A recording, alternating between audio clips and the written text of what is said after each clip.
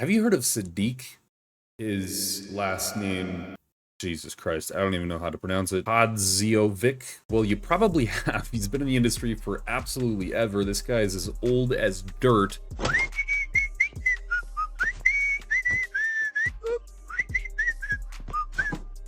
In bodybuilding. Sadik is currently 37 years old, and he was actually born in Bosnia, a place I've been many times, out there in the old Balkans, bro. Call it a war-torn country. The dude actually started competing way back in 2011, which I guess some of you watching this are probably within that era. My first show is in 2018, so I guess it's been a while for me too, but it hasn't been that long. Holy shit. Allegedly, this information is all allegedly. You have to say that on YouTube now, because if things aren't factually correct, people get upset at you. So why are we talking about Sadik today? Well, he just did a recent competition, which, to be fair, he didn't place so well. We've been historically talking about a lot of bodybuilders who haven't placed well.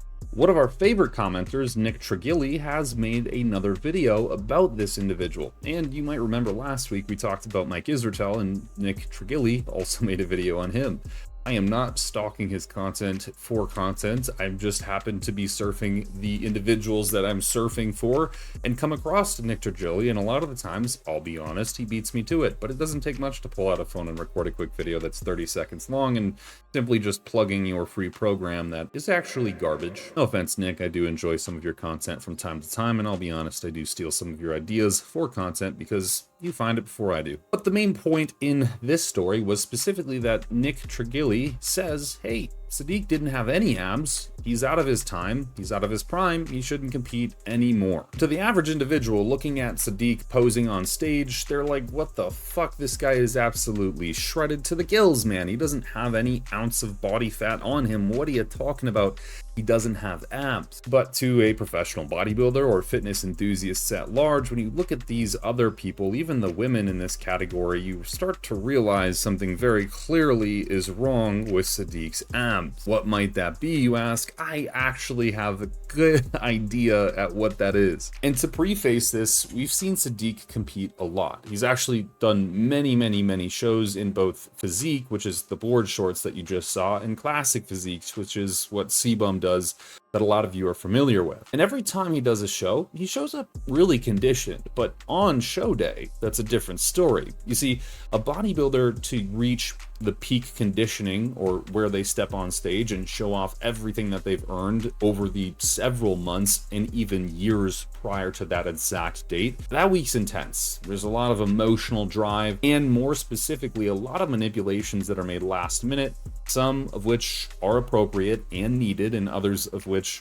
to be honest, aren't appropriate and absolutely aren't needed, but are still done by gurus out there. And some chronic issues develop in a lot of bodybuilders, and those chronic issues are simply making manipulations when they aren't needed to be made. And Sadik is not known for showing up in peaked condition. Again, I have to preface this with, peak conditioning is not even fucking close to realistic. What you show up on stage like is not going to be what you're walking around year round like. It's dehydrated, it's diuretic, it's filled up on thousands of grams of carbohydrates that you couldn't sustain a normal intake with on a day-to-day basis and have a look like this. But even beyond that, getting to that top 99th percentile of what your physique could look like is extremely detail oriented. One small mistake with water manipulations, one misuse of a diuretic, and I'm talking about literally quarters of tabs of compounds that you use to diuresis, you could screw the whole physique, and literally the years you've put into that physique right there on that day. And when we look at Sadik in these pictures or in the videos that I had shown, the dude is conditioned. He's obviously vascular, he has what he needs, and even better yet, if we go to his actual Instagram profile and look at his pictures and videos prior to the show actually happening, you can see very clearly that Sadik has a lot of conditioning. He has what he needs to be on stage, and I would argue he is exactly where he needs to be for someone competing in physique. He very clearly has abs in almost every shot he's doing.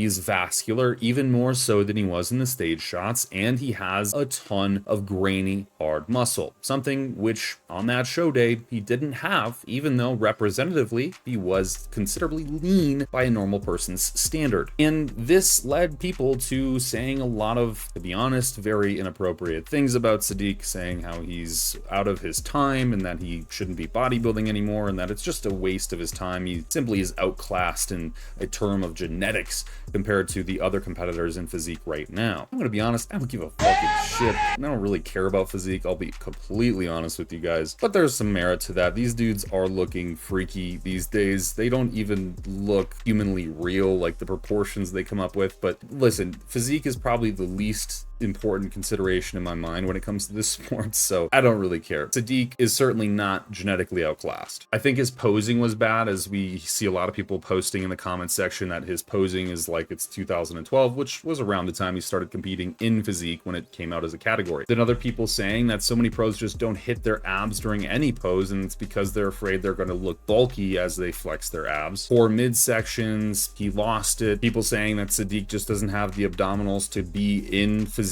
at the moment. But here's the thing, Sadik does have the abdominal muscles to be in physique. He does have great physique at large in proportions to be highly competitive in that category above many other competitors. But what is going wrong in this show that's causing him to have such a really unfortunate look to his midsection? Well, it's a mistimed peak. It's an inappropriate peak. Oftentimes, speaking from experience here, that, you know, myself backstage, as well as the days prior to a show, you start thinking about all these things you could do to optimize. How can you functionally improve your peak to get better and better and better? There's a lot of thoughts going in your head. You start to address those thoughts with your coach if you're lucky enough to have one. That coach then bounces those ideas around in his head. He's also probably pretty stressed and has multiple clients competing on that same weekend, maybe even in the same show. And now you have a situation where you've created so many different strains that are lacking a closed loop, and everyone is a bit confused at what's happening, what's the right thing to do, and what is certainly the wrong thing to do. And from my perspective, what this looks like to me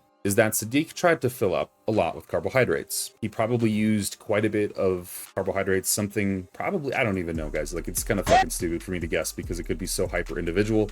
Maybe he fills up on only 200 grams of carbohydrates, and that is for him a lot. He used probably too much, spilled a little bit. And what they did was they tried to recover that spillage with the reduction of water intake and diuretic application. Really key to understand what I just said. The reduction of water intake and diuretic application.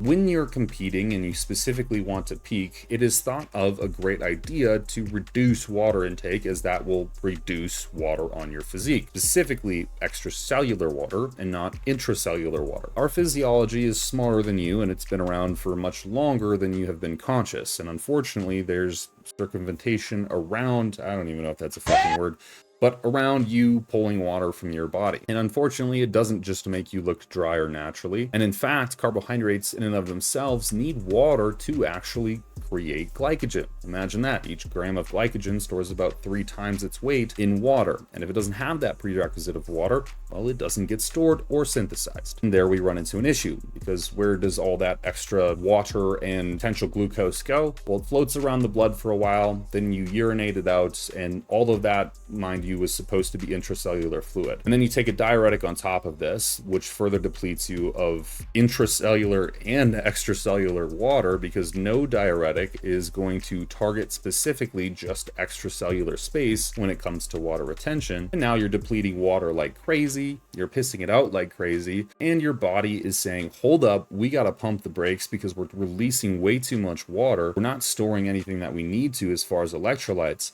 We need to hold on really, really tight. And so antidiuretic hormone starts to be released, aldosterone starts to decline, a hectic storm comes about. And when this storm comes about, you suddenly look flat and fat, because your muscles are less full due to the depletion of intracellular water and the inability to store glycogen. And the extracellular space, or the subcutaneous layer between your skin and your muscle, becomes more densely filled with water. Because now the true way that you would normally go about this is by doing something like using a diuretic, something of the nature of diazide. This is the one I say because it's just the easiest one and most applicable, and usually the one that most competitors are going to use usually. And again, this is for entertainment purposes only. YouTube, don't slaughter me and make me a martyr. It is just what it is. This is how bodybuilders do things. It's been done for decades now. So they'll take this compound and again, deplete water. What we want to do is actually sustain water intake. Most of my competitors, if watching this, could probably comment down below and tell you, we don't really restrict water. We actually just change the distributions of water. I might have someone drink the same amount of water the day before the show, but they stop drinking it a little bit earlier, or they stop drinking it maybe a lot of it earlier, but they're still drinking the same amount of water. And the same thing is true for show day. We just make sure we time out the water intake so that it's not all at once in the morning or all at any specific period of time. And what you get when you do this is someone like Ryan Terry. He shows up at every show, and congratulations, he won the last Physique Mr. Olympia, which is great because he's been in the running for so damn long, just about as long as Sadik. He has never showed up to a show not looking like he's looking right here. He's always diced to the gills and dry. I can guarantee you what he's doing on the inside is simply just maintaining all variables as he rolls into peak week, and probably adding just a few more carbohydrates without doing anything drastic. This is the difference between what a peaked physique looks like, and this is what a spilled physique looks like. Both of the physiques are just as lean, but one doesn't show how lean they really are due to the extracellular and intracellular water mix-up. And the good thing is, you guys, is we have great studies on this. You don't need to do the guesswork. You can literally open an open source study and learn how to peak yourself using the study's data. And guess what the study recommends?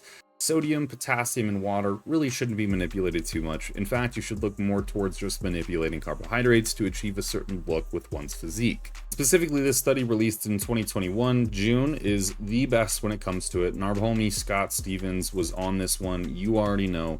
He also wrote the book, How to Be Your Own Bodybuilding Coach, which is a great book, and I highly recommend you read it if you haven't already. But in this study, they lay out a really good graph, which I think could give you some conceptual ideas as to how a peak week should actually go. And in most cases, very honest with you, if you're ready and in condition, you shouldn't need a diuretic or to do any sort of radical steps towards getting a drier package. And if your coach is suggesting it, one, you're not lean enough, two, he doesn't know what he's doing. And unfortunately, I feel like this was probably the case with Sadik, or he got in his own head and just started to do his own things. Whereas Ryan Terry, probably a pretty consistent guy. We see he's been arguably one of the most consistent and psychologically stable bodybuilders that I've seen on the stage. But in this graph here, we basically see there is a 2 to 4 week out practice run where each week you're trying to recreate what peak week will look like. Then the days leading up to the show, starting the Saturday before the show, you do a low carb depletion where you do fat load a little bit. And the training is usually really trying to promote glycogen depletion. This is going to be high volume training with lots of intensity techniques like cluster sets, myo sets, whatever you'd like to call them. You have the option to manipulate oxygen.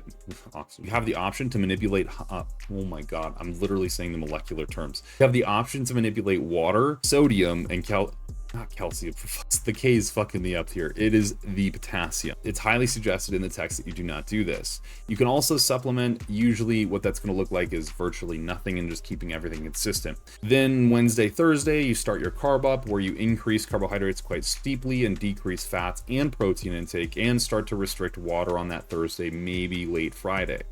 You then have a dry out phase, which is another fat load on Friday evening with a decrease in carbohydrates and increase in fats and protein, and then light posing with a use of possibly caffeine and herbal diuretics to clear a little bit of extracellular water out of that space. And Saturday, you adjust as needed, probably following what Monday's diet would have looked like that week. And that's pretty much a perfect peak week if you're being honest with yourself. You don't need to do too much outside of that. And in fact, sometimes and most of the time, water manipulation isn't needed if you're doing things correctly. So what happened to Sadik? He didn't peak correctly. He likely got in his own head, or his coach got in his own head, and he did something silly that he shouldn't have done on the peak.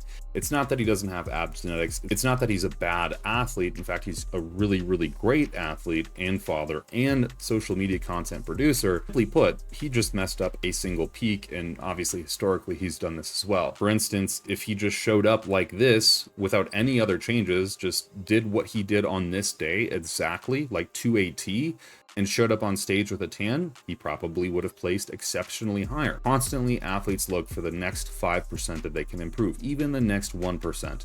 And if that improvement of 1% has a 90% chance risk of failure, a lot of bodybuilders will take that. But you're smarter because you just watched this video. You know to just get lean enough to where you don't need to make any manipulations. And personally, if you wanted my own advice, it is to find the day that you look like this, like Sadik's looking in this picture. Find the day that you're already looking your best, that you're already looking the most conditioned, you're able to get a pump and sustain a pretty good workout. You know, it's on how much water you've consumed, how much food you've consumed, how much sodium you've consumed, how much sleep you got, what you did the night prior. And then you have all the notes you need on how to reproduce that exact look for when you're on stage. And if you can do that, you will win every time. I find for myself, for example, at 10 a.m., about an half an hour to 45 minutes after my workout, having had one meal with about 3 liters of water in, I look my best. That is at the leanest I'll ever be, at the most graininess and pumped I've ever been, with the most amount of detail in my physique. So, knowing those details, I can replicate them on a show day without any further need for manipulation. People are scared of doing that because it's less experimental, maybe, it's less intense, it's less demanding of extreme attention towards some crazy manipulated protocol. The thing about bodybuilding, you guys, is it's not that necessary.